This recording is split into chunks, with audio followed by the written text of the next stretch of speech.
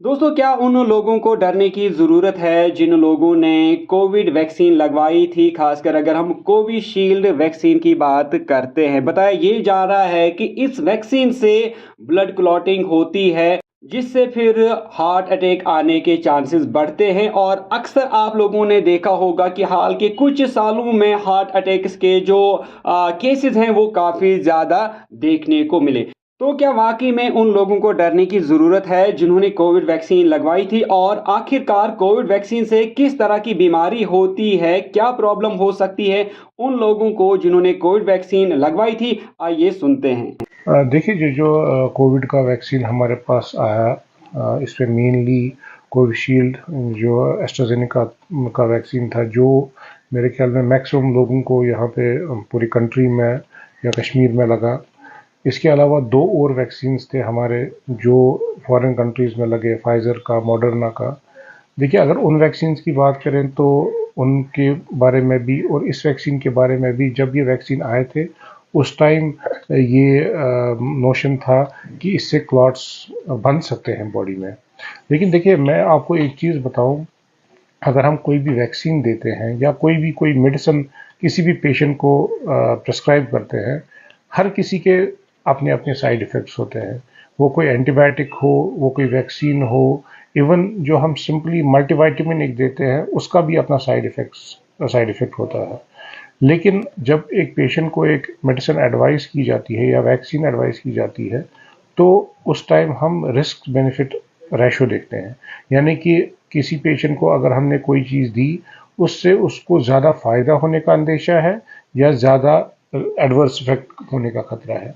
तो एक इस रिस्क बेनिफिट रेशो के बेसिस पे ही एक मेडिसिन जो है वो या एक वैक्सीन जो है वो प्रेस्क्राइब की जाती है। नो डाउट जो ये कोविड का वैक्सीन था आया था, इसको इमरजेंसी ऑथराइजेशन मिली क्योंकि उस टाइम एक पैंडेमिक की सिचुएशन थी, एक वबा का सिचुएशन बनी हुई थी और मेजर्स ऐसे लेने थे ताकि इस बीमारी को जो है वो कंट्रोल किया जाए।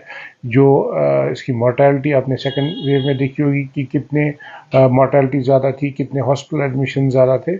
उसको कंट्रोल करने के लिए इस वैक्सीन को एक इमरजेंसी ऑथराइजेशन मिली। और नॉर्मली जो ट्रायल्स होती हैं वैक्सीन की, जो phase 1, phase 2, phase 3, phase 4 trials होती है, जो एक टाइम कंज्यूमिंग प्रोसेस होता है, वो इसमें नहीं हो पाई। लेकिन उसके बावजूद जो इसमें ट्रायल्स हुई उसमें जो है साइड इफेक्ट जो है वो मिनिमल पाए गए। और जो इन कंपनीज की तरफ से एतराफ़ भी हुआ है कि देयर इज़ नो डाउट कि क्लॉट्स की इंसिडेंस है, लेकिन आप देखिए कि कितनी इंसिडेंस है। That is almost negligible. आप मतलब 1 करोड़ में एक बंदे को एक क्लॉट बन जाए, आई डोंट थिंक वो उतनी ज़्यादा सिग्निफिकेंस लेता है। हालांकि ट्रायल्स इसमें अभी तक या स्टडीज़ अभी तक भी हो रही हैं कि कोविड वैक्सीन के क्या साइड इफ़ेक्ट्स हैं, या इवन बज़ाते खुद कोविड, आप कोविड में देखिए जिन्होंने वैक्सीन नहीं लिया, कोविड एक बज़ाते खुद एक प्रोकोगुलेंट कंडीशन थी जिसकी वजह से इन्फेक्शन की वजह से ही क्लॉट्स बने और कॉम्प्लिकेशंस हुई। इसलिए जो कोविड वैक्सीन को हम ये जिनने लगाया है, तो मुझे नहीं लगता है कि एक लोगों में एक पैनिक सी सिचुएशन बननी चाहिए। ऐसा कुछ नहीं है। मैंने खुद 3 डोजेस लगाए हैं वैक्सीन के, और मेरे ख्याल में अगर हम ओवरऑल पॉपुलेशन देखें तो हमारी 100% पॉपुलेशन कवर हुई है। और स्ट्रोक की जो क्लॉट्स बनने की इंसिडेंस है, मुझे नहीं लगता है कि हमने कोई इजाफा देखा हुआ है उसमें। जो साइड इफ़ेक्ट्स होते हैं दवाई के, ये ऑन लॉन्ग टर्म बेसिस पे ही हमें पता चलता है। लेकिन जो इंसिडेंसेस देखी गई हैं, जो ये सिंड्रोम की होगी, देयर इज़ नो डाउट, लेकिन आप उसकी इंसिडेंस देखिए। आप देखिए, ऐसे लोगों को एक इम्प्रेशन मिलता है कि शायद जिसने वैक्सीन लगाया है वो शायद इसमें इन्वॉल्व होगा। ऐसा नहीं है। देखिए, जैसे कोविड जब पैंडेमिक हमारा स्टार्ट हुआ था, एक इनिशियल स्टेजेस में जब हमने देखा था, तो एक कोविड ऐसा नाम बन चुका था, एक लगता था कि अगर किसी को कोविड इन्फेक्शन हो गया, ये एक डेथ सेंटेंस है। शायद एक लोगों में ऐसी इंप्रेशन था। आज आप देखिए, कोविड किसी को होता भी है, मुझे नहीं लगता है कि उसको कोई इतने खास सिम्टम्स है, या उस टाइम भी कोई खास ऐसे सिम्टम्स हैं कि जो लाइफ थ्रेटनिंग साबित होते हैं। जैसे नॉर्मल जुकाम होता है, वैसे ये भी होता है। तो जो क्योर रेट है कोविड की वो मोर देन 99% है, यानी कि ऑलमोस्ट मोर देन 99% जो है लोग वो पूरी तरीके से सेहतियाब हो गए without any complications, without any side effects. इस वजह से जो ये क्लॉट्स की इंसिडेंस है ये बहुत कम है, may be 1 in a million। तो उसमें तो मुझे नहीं लगता है कि इसमें अलार्म होने की ऐसी कोई ज़रूरत है कि लोग पैनिक हो जाए। इट्स नॉर्म साइड इफेक्ट है वो हर किसी में। अगर हम देखते हैं कि इंसिडेंस बहुत ज़्यादा है तो हम कहते हैं कि नहीं पैनिक होने की ज़रूरत है।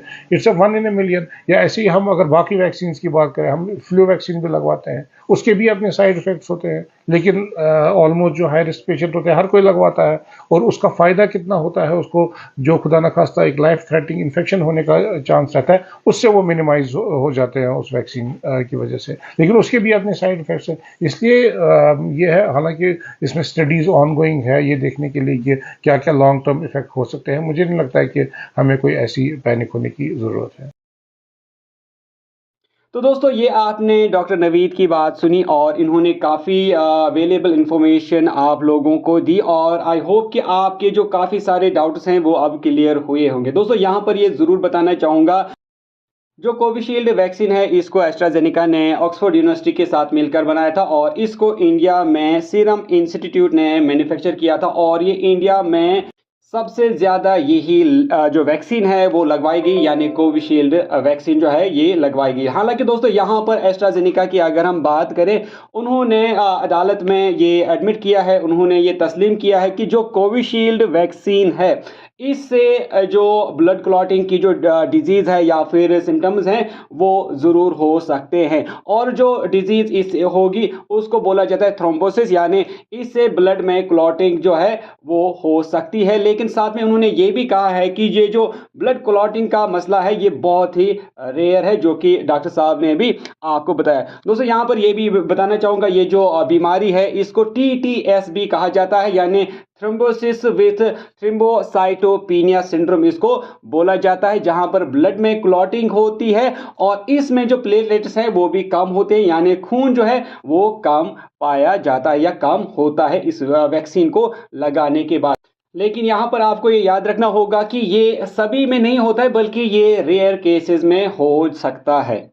दोस्तों अगर हम TTS की बात करें तो यहाँ पर अगर किसी पेशेंट को TTS हो जाता है तो उसके कई सारे सिम्टम्स हैं, जैसे उसको सीवियर हेडेक होता है, या उसकी जो विजन है वो ब्लर हो जाती है, या फिर शॉर्टनेस ऑफ ब्रेथ जो है ये हो जाती है, चेस्ट पेन हो सकता है, लेग की स्वेलिंग हो सकती है। तो ये कुछ सिम्टम्स हैं जो कि TTS के बन सकते हैं।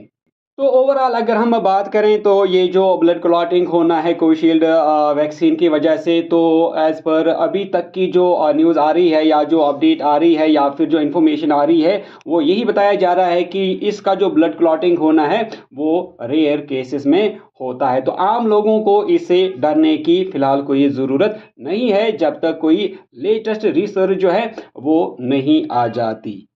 तो दोस्तों उम्मीद करता हूं कि आपको ये वीडियो अच्छी लगी होगी। अगर वीडियो अच्छी लगी तो वीडियो को लाइक करने के साथ साथ शेयर ज़रूर करें। दोस्तों हम मिलेंगे आपसे एक नेक्स्ट वीडियो में।